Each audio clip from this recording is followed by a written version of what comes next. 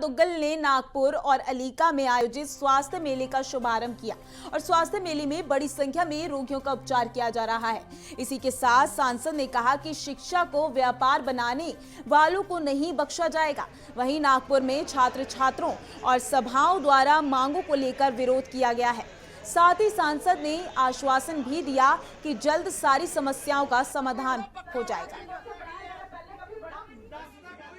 देखिए, ऐसा है कि केंद्र सरकार की तरफ से जो है और हरियाणा सरकार की तरफ से ये आज जगह जगह पर हेल्थ कैंप लगाए गए हैं, जिसमें जो हमारे ग्रामवासी हैं उनका निःशुल्क जो है वो पूरा चेकअप हो रहा है।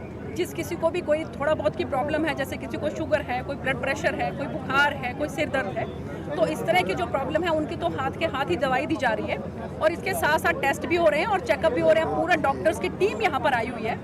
तो ये हमारे माननीय प्रधानमंत्री श्री नरेंद्र मोदी जी की सोच थी कि हमारे स्वास्थ्य मंत्री जी ने ये पार्लियामेंट के अंदर ये बात कही थी कि जो है पूरे हिंदुस्तान के अंदर जगह जगह पर जो मेडिकल कैंप लगेंगे, तो उसी के तहत अब पहले एक अलीका में कैंप लगा हुआ था, अब यहाँ नागपुर में लगा हुआ है। तो इसका निरीक्षण करने के लिए मैं आई हूँ कि ठीक ठाक तरीके से डॉक्टर्स जो हैं वो हमारे भाइयों का सबका चेकअप कर रहे हैं और किसी को कोई इसी तरह की कोई समस्या तो नहीं आ रही है। तो मैं देख रही हूँ कि बहुत स्मूथ तरीके से इसका निरीक्षण जो मैंने किया और बहुत स्मूथ तरीके से जो है वो टेस्ट चल रहा है और सब जितने भी यहाँ पर नागरिक हैं उनके सबके टेस्ट हो रहे हैं। देश में मुसलमानों के खिलाफ फैलाई जा रही नफरत को लेकर एएमयू के छात्र कर रहे हैं प्रदर्शन और राष्ट्रपति के नाम जिला प्रशासन को देंगे ज्ञापन।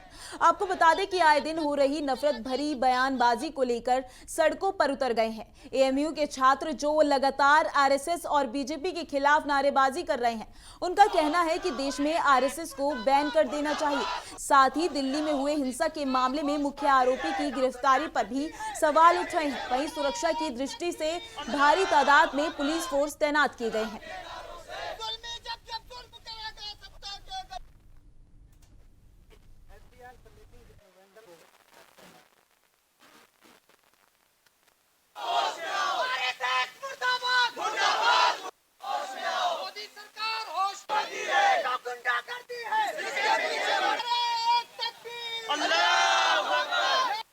इंडिया और प्राइम मिनिस्टर ऑफ इंडिया को एड्रेस किया है और इसमें इन लड़कों ने इस बात की तरफ इशारा किया है कि अभी कुछ दिनों से कई जगहों पर मुसलमानों को टारगेट किया जा रहा है, लिहाजा ये कॉन्स्टिट्यूशन के और कानून के खिलाफ है और प्राइम मिनिस्टर से और प्रेसिडेंट ऑफ इंडिया से लोगों ने रिक्वेस्ट किया है कि इस तरीके के इंसिडेंट आगे ना हो, इसके लिए जो कानूनी कार्रवाई, कानूनी इक़दाम हैं उसको किए जाए।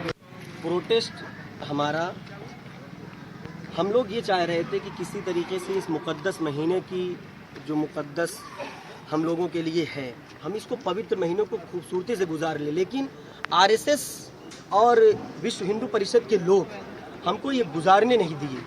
वो कह रहे हैं कि नहीं, हम तुम्हारी मस्जिदों पर भगवा फहराएंगे, तुमको अजान नहीं पढ़ने देंगे। लाउड स्पीकर आज से 74 साल पहले हिंदुस्तान के अंदर क्या हिंदू नहीं था या उसको प्रॉब्लम नहीं होती थी?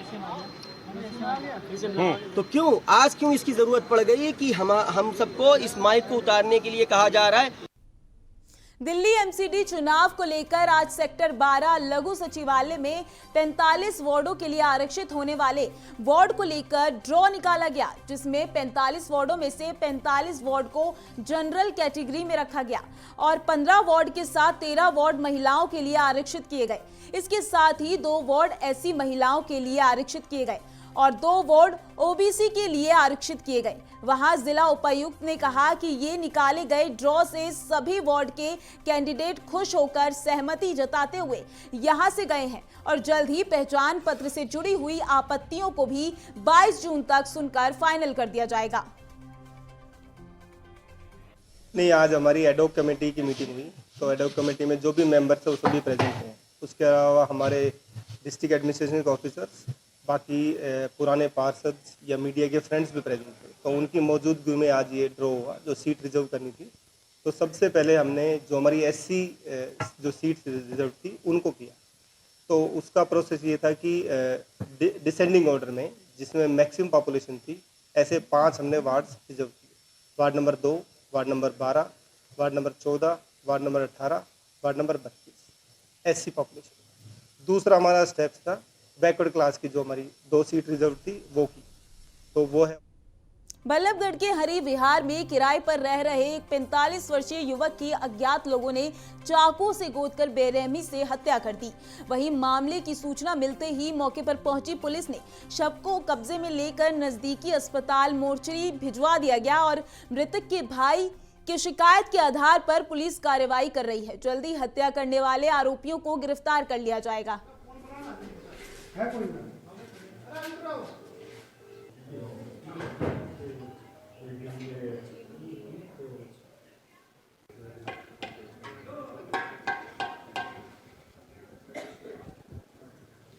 रात का मामला है और एक नाम पता ना मालूम व्यक्ति जिसने पिंकू को चक्कू वोद के हत्या की है और ये नहीं पता अभी कौन था, तो उसके लिए अभी तफ्तीश जारी है, जिसके भाई प्रेम के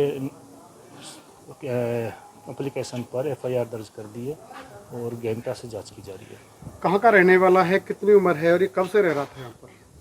ये मूलतः पंचकुला से रहने वाला है। इसके जो डॉक्यूमेंट्स हमें यहाँ से मिले, पंचकुला ये रह रहा था, लेकिन यहाँ किसी कंसल्टेंसी कंपनी में JCB चौक के आसपास यहाँ ये जॉब करता है और यहीं काफ़ी दिन से रह रहा है। दारू के गिलास कमरे में मिले हैं, ऐसा लग रहा है कि दारू पी रहे थे कई हाँ, वैसे तो ये पार्ट ऑफ इन्वेस्टिगेशन है, जैसे चीज़ें सामने आएगी, लेकिन प्राइमा फेसिया ये फिलहाल के लिए इस खास बुलेटिन में बस इतना ही। देश और दुनिया की तमाम खबरों के लिए देखते रहिए संभव टीवी। नमस्कार।